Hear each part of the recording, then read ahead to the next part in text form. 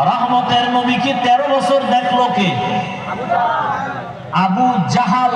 আবু জেহেল না, জাহলুন শব্দ। আবু জাহল 13টা বছর নবীর সাথে একত্রে এক দস্তারখানে খাইল। 13 বছর বয়ান শুনলো, চেহারা দেখলো, এরপরও কালেমা। হাতের মুষ্টিতে পাথর নিয়ে কয়, ভাতিজা যদি বলতে পারো আমার হাতের মুঠোতে কি আছে। নবী বলেন, আমি জানি না, তবে হাতের মুষ্টিতে যা আছো তোরা একটু আওয়াজ দে। সাথে সাথে পাথরগুলো কালিমার আওয়াজ দিল।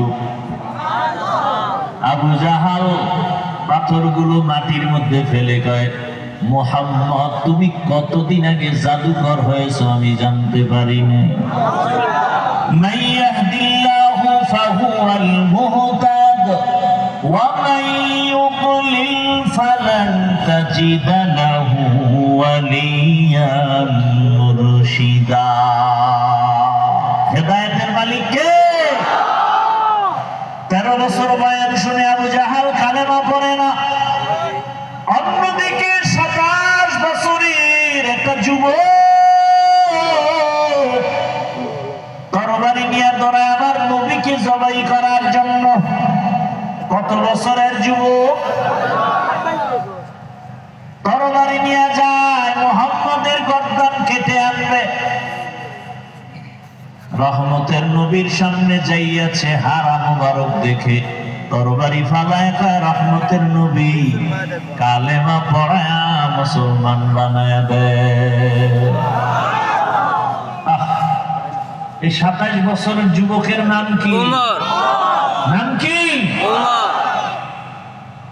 জিন্দেগি মে বন্দগি তু করনা হে, जिंदगी में बंदगी तू करना है, जिंदगी में बंदगी शर्मिंदा है, जिंदगी में बंदगी शर्मिंदा है। यहाँ हम सब मुसाफिर दिल ना लगा, अहले दिल की नजर से रूह करता जा, यहाँ हम सब मुसाफिर दिल ना लगा,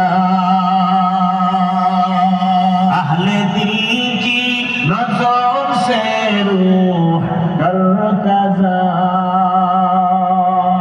शाह दौलत सब फकीर घर नेक नहीं, शाह दौलत सब फकीर घर नेक नहीं, जिंदगी में बंदगी तू करना है,